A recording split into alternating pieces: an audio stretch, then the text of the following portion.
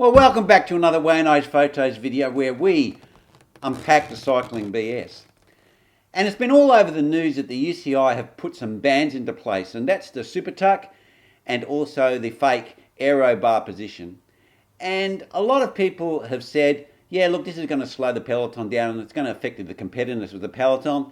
And then we have the other side of the fence where some people say, yes, these positions are dangerous, you haven't got full control of the bicycle and they should be banned.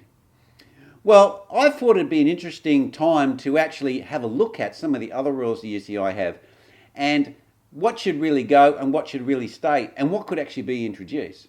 So let's roll that intro and let's have a bit of a close look at what we would like to actually get rid of or what we would like to introduce.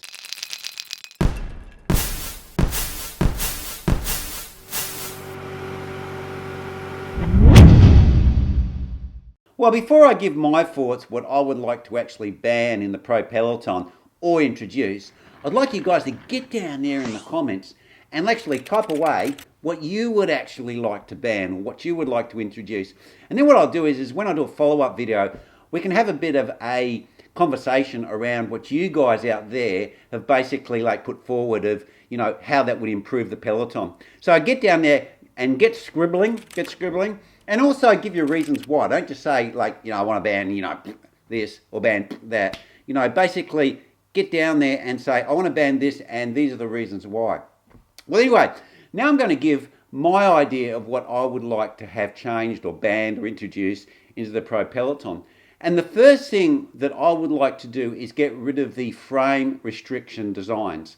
Now, we can't just leave it at open slabber, otherwise we would all be riding recumbrance. But what I would like to do is make it so they can bring back those frame designs they had in the 90s, like the Super bike and the Lotus bike, where the actual manufacturers have far more variability in how they make the frames. And I think this would actually develop aero bikes a lot better, because at the moment, they're just buggerizing around and they can't actually really make the bikes proper aero. If we had a full casing that was aero, like the old designs, then, we could really have then some more advancements on the frame construction of the bikes. So that's number one. That's the first thing that I would actually remove. I would remove those restrictions that they have on the frames.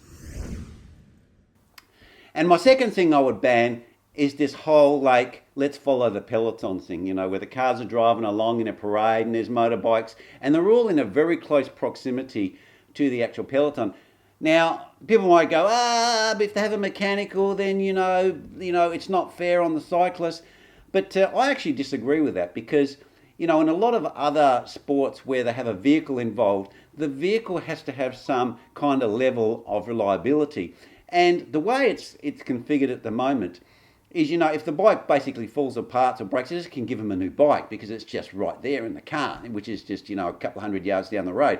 And to me, this really takes away the actual, engineering and ability of the manufacturers to actually make a bike that's not only fast, but actually reliable, that can actually start the race and finish the race without falling apart or without brakes locking up. And I actually think that we would actually have, a better performing components on the bikes because they would be designing them so they actually have to finish the stage. And the other thing it would also do, it'd actually remove the vehicles from the Peloton where we've got mechanics hanging out of cars, we've got riders riding into the back of motorbikes or riders actually pushing them into motorbikes. We've seen that, we saw that last year.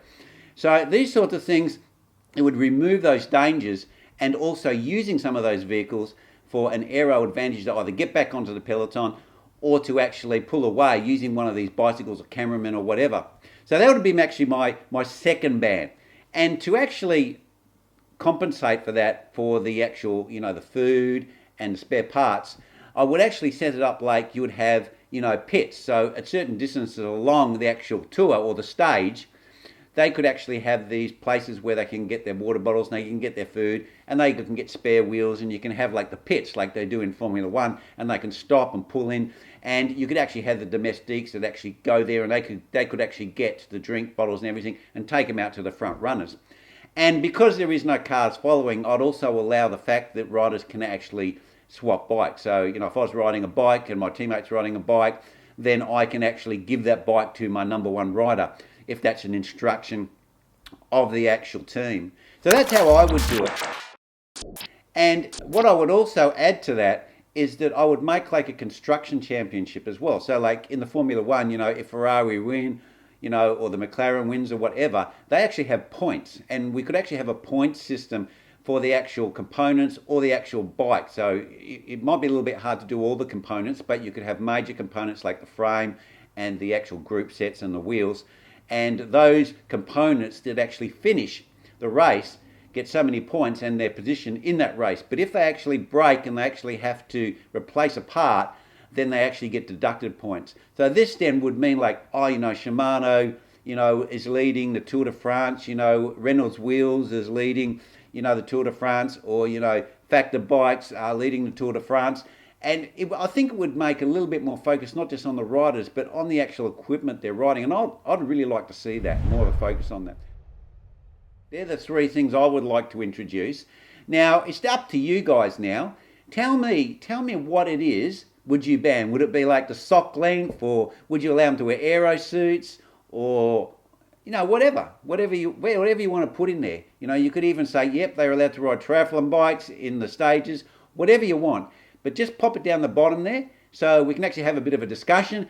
And remember, guys, just keep it a little bit civil. You know, people have different ideas, so just make sure that you know, if you get into a bit of a heated discussion down there, try not to use name calling, all that sort of stuff, and just try to be objective about your opinion and why you actually have that opinion.